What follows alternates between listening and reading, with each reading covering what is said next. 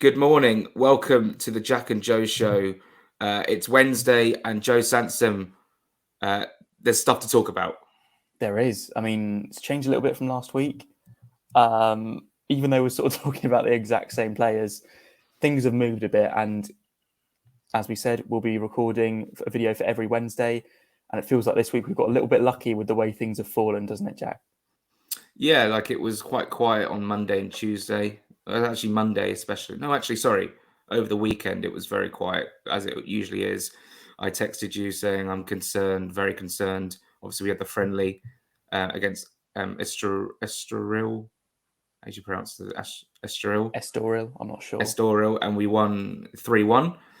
We can talk about that really, really quickly. But the transfers picked up in the last couple of days, especially Monday. That was a good day for us.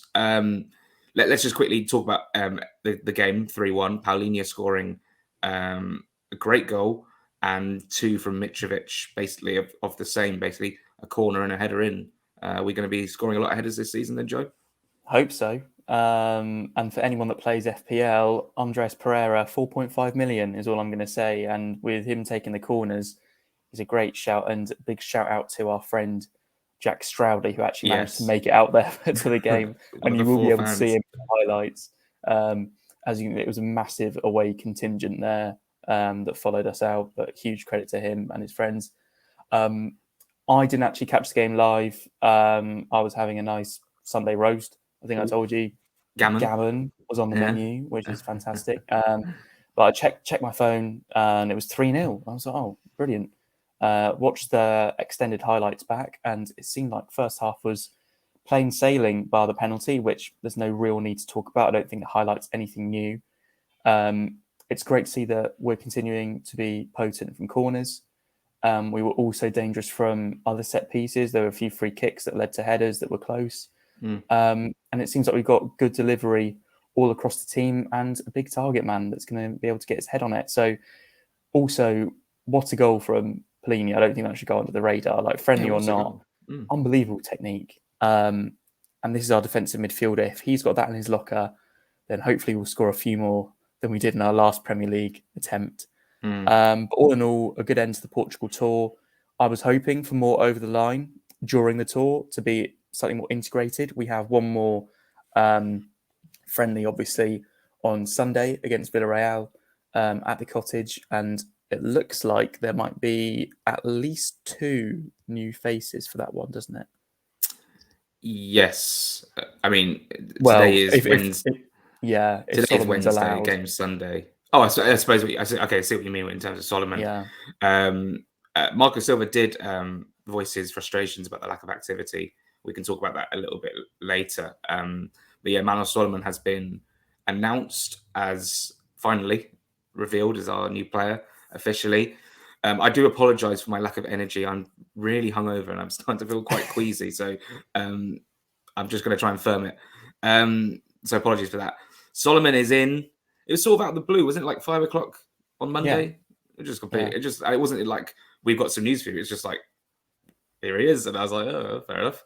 And yeah, he was really positive, really happy on the website, on his interview. The deal is, we've talked about it. The question marks over how we went about it. We don't have to talk about that again. But there is an opportunity where we can sign him permanently. Do you want to just explain quickly, like how that's all going to work and what permutations are there in the deal for that to happen? And can he move elsewhere at the end of this season, basically? Yeah, so basically what we've read is that he basically guaranteed a clause in which Ukrainian players can, players in Ukrainian leagues that are not Ukrainian nationals can basically just suspend their contract for a year. So technically, even though we all know that by the letter of law, it's a loan, this is a permanent deal, but for one season only, where we completely own him as a player. But come the 30th of June, 2023, he's no longer a Fulham player. He goes back to Shakhtar, where I believe he's got about 6 months left of his contract. I think it winds up in December, which is how they do their contracts over there, rather than to the summer like we do it. So there is obviously scope for us to try and pre-agree a deal with him, but it wouldn't be anything that can be like signed on paper, I don't think, at this moment in time. Maybe we could have a gentleman's agreement where we say, look, we will put in this offer for you. And maybe it would suit all parties in the end, because by that point, hopefully Shakhtar will get their money when we're in a more financially stable position ourselves. As we say, we're not going to delve into the weeds of it because it's a little bit ropey. But effectively, it's guaranteed for a year, but we're not guaranteed to have him after that. And that is a shame. We haven't even seen him play yet for us, but we're just assuming that he's going to be fantastic, because obviously that's what we all want. If you watch his interview, he sort of smiles and has a little laugh when he's asked about next summer. Yeah. I think that those conversations have happened. You know, when the deal was first happening, he was willing to come here for several seasons. That was the rumour. That was what was reported by several reputable sources. I believe it was like a 5-year contract or something. Yeah, so it was. If we've just agreed like a 3 or 4 year deal in principle, and just gone, you know, we'll sort it out next summer and iron out the details, fantastic. But we don't know for sure at this point, and there can't be an official option because technically it's not a loan. It's like unforeseen territory. We've never had a deal like this before. I do wonder, and this is just a bugbear of mine in terms of an announcement, why they couldn't have done that exact announcement about 4 weeks ago, because it says exactly what we already knew. But hopefully it means that he can play some part in the Villarreal friendly, which is obviously the day before August the 1st. In his interview, he says, I hope to be involved in the next game. So maybe that's why they were waiting. Yeah, it was complicated. It's finished now. We can stop talking about all the rumours and stuff. There is a point to say that, you know, his dream was to play in the Premier League.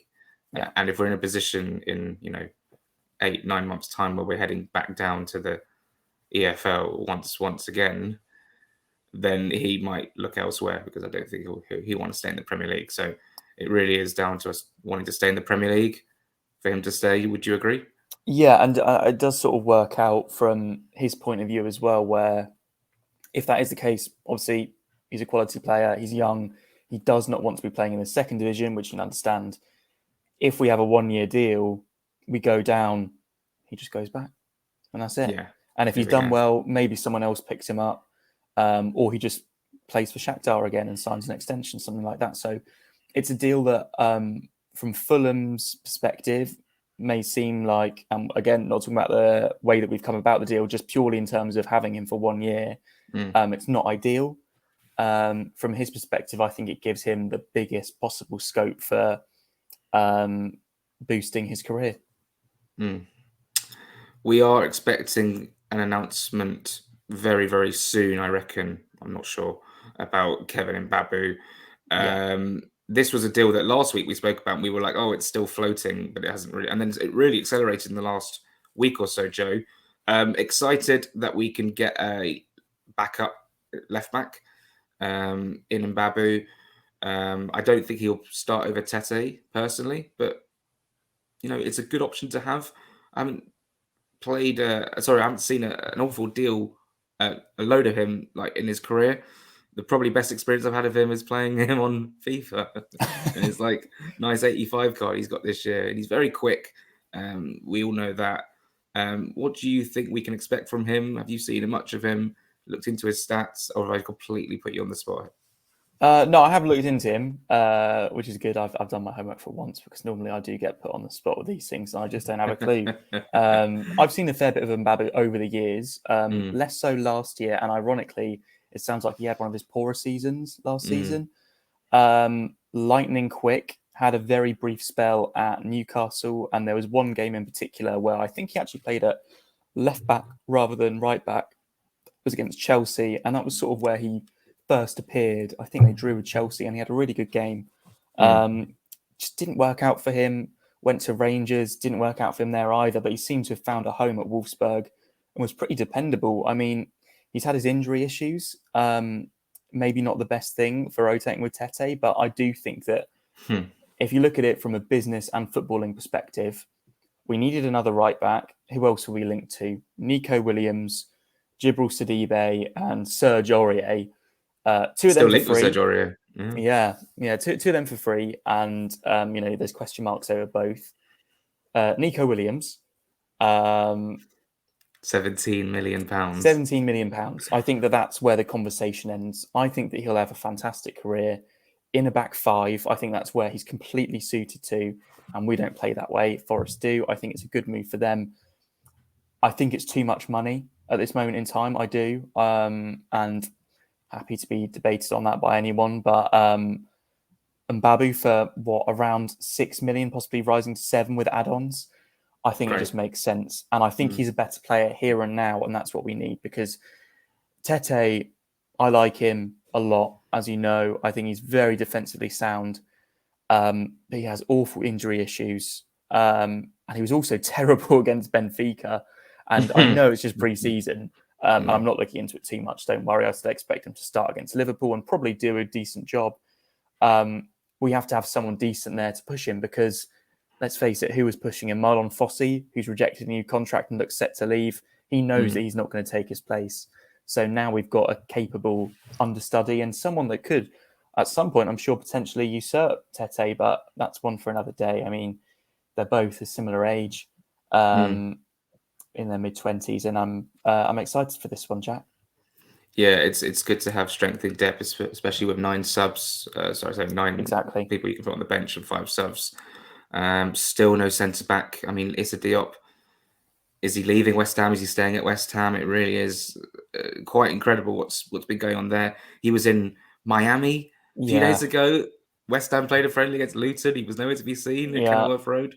We'll hop back to that, but let's talk about the really exciting Bernd Leno news. Sort of got tainted. What's the word? Tainted, yeah. Tainted, yeah. Last night when those pesky foxes were poking about in the bins. Not that saying that Leno's rubbish at all. He's fantastic, but you know what foxes are like, and they never quit. So Bernd Leno to Fulham. It looks like it could be done for £8 million, and I love the way we've haggled. We've waited and we've gone, look, we're looking at other keepers now. We're looking at Sergio, Rico, and Neto. Apparently, we can only sign a goalkeeper with 4 letters in their surname, apparently. And so I'm excited for this. And you are as well. We've been talking about it basically all summer, but it looks closer than ever. But though Brendan Rodgers, who they haven't signed anyone yet, Leicester, and they're looking to replace Schmeichel, who's rumoured to go to Nice, but there isn't much in it as well. It's only a couple of articles and links, so I'm not getting too worried. Yeah. Obviously, when I saw the story, I'll talk about the Leicester thing first, then about Leno, because get the bad news out of the way that Leicester were linked. But it was Get French Football News just saying that it was sources that they approached, like very vague in terms of Leicester's interest. There was also a few other people that were linked, like Lafont, I think. Leno's been available all summer, right? And Schmeichel hasn't gone. So technically, as of right now, nothing has changed since day one of the window. Leicester is suddenly interested now. It seems like it's been put out there to probably hurry the deal up a bit, or try and get the price up, which is completely understandable. The main thing about this deal is all the sources have always said that Leno wants to remain in London. And if that is the case, then we should be fine, because I don't think any other London club at this moment in time needs a goalkeeper or is willing to pay that much for a goalkeeper or wants to sign Leno. So I think we should be fine. And there's some very, very high quality sources saying this one's close, saying that Arsenal have dropped their asking price. I agree with you. It would have been great to have him pre-season, but I think for a goalkeeper, as long as they have one game, I think, with their defence and a week of training sessions, I'm happy, because I think, obviously you've got to have some understanding, but I think it's far less than a centre-back. I think the centre-backs who we needed at the start of Portugal to get an understanding with Tosin and his left-sided defender, his left-back. So I really hope this one gets done. I'm really excited for it. I'm waiting for the David Ornstein bomb, because that would be just blow me into smithereens in a good way, even though that's a terrible thing to say. I really want Leno. I think it's been clear all summer.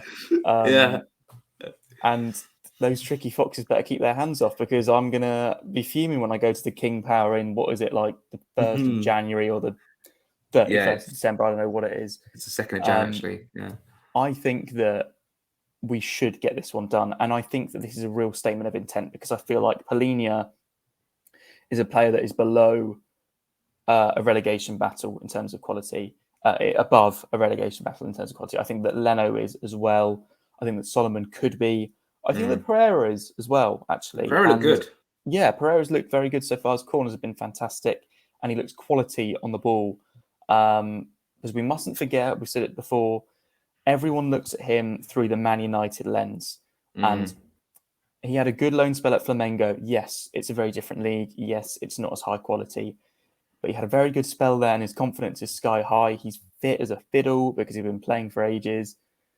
He looks good, and I'm excited to see him as one of those eights or just behind Mitch Fitch. Yeah, I think he can really build his own identity at Fulham and sort of reinvent himself as not this stigma that's with a Man United player and all that comes with it.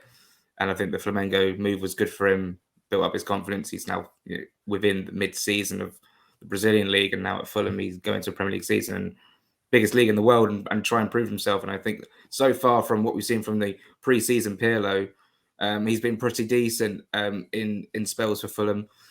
So that centre-back issue, let's just finish on that before I'm going to ask you one last question before we go as well about a certain Nottingham Forest. Okay. So I'm just going to ask you, are you worried about the centre-back situation? What do you think of Diop? Do you think we should still go through with it? Do you think he'll get done before Liverpool? That's a hell of a load of questions, but... That's a lot of questions. Yeah, I'm worried. And I remember last week I said that the Estoril friendly was almost like a benchmark for me as like the latest possible date we should have a centre-back in for. And by in for, I mean starting that game and getting a bit of an understanding. Diop is the only rumour that seems remotely live. And even that, it's clear as mud. There's some reports saying we've had a bid rejected. Some are saying he's not allowed to leave.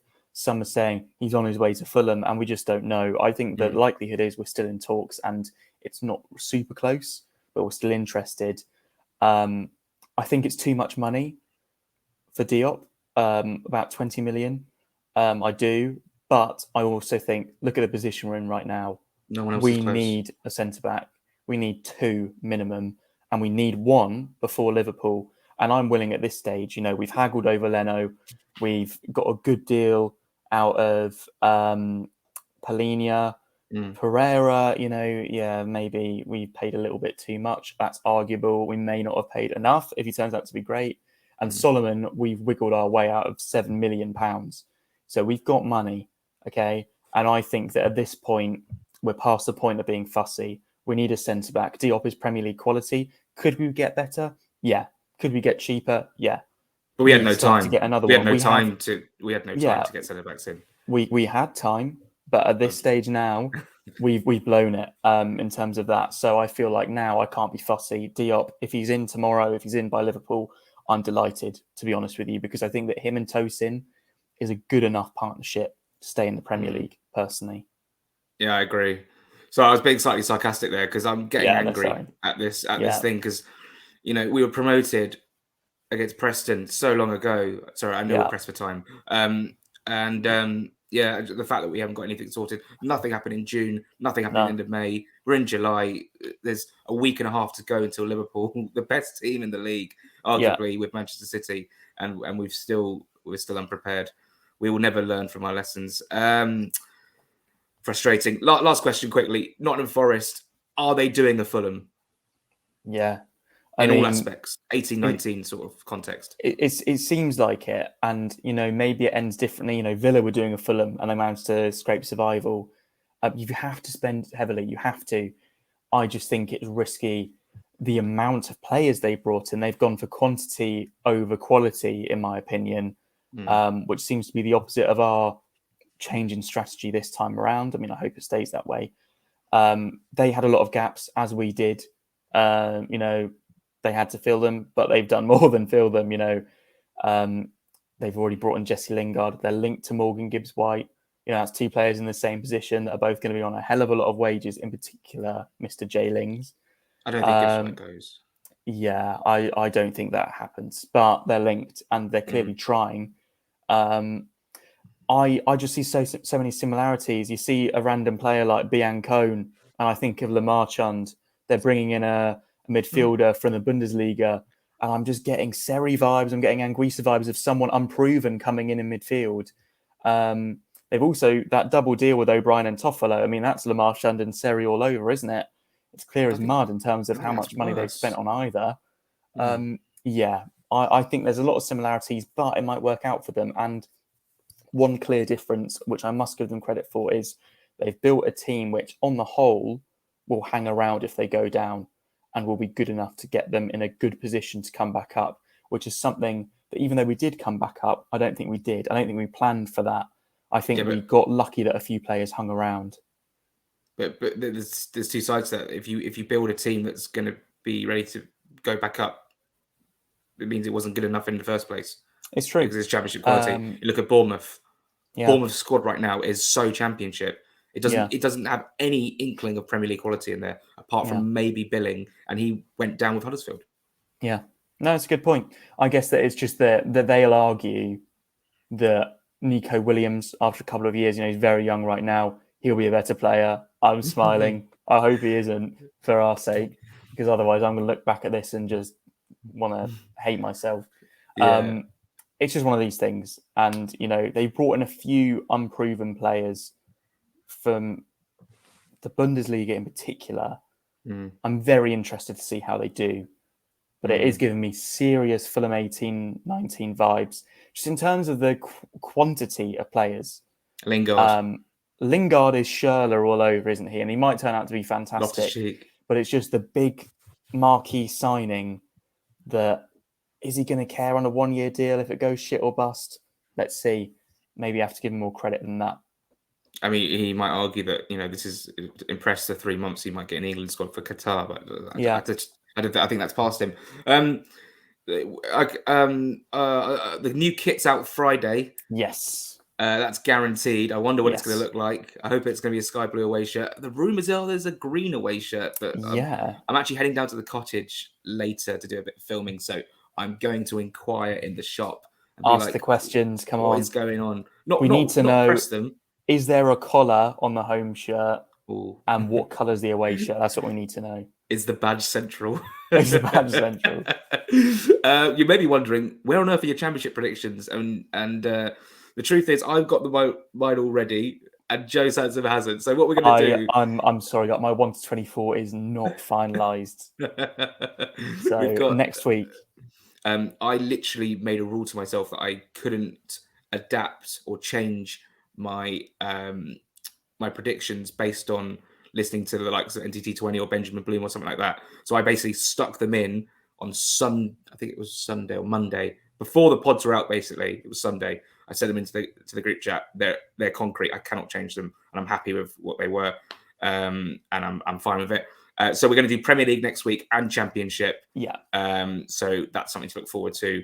Next week is the final show before the start of the season. That is quite terrifying, isn't it?